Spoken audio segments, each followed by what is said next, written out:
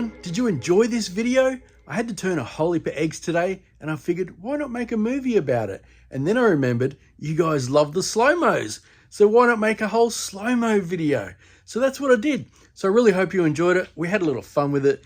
Now, if you guys follow the vlog, you would have seen a few of those clips in the vlog a couple of weeks ago. If not, go check our vlog out. We put a couple of videos out every week and they're hilarious. We have a lot of fun. Now, one other quick thing, all these eggs are now available in my Etsy store. I'll leave a link in the description if you want to check them out. And also, if you hang around, we're about to take a look at the finished eggs that I turned. The coffee bean, the fabric, the dragon gem.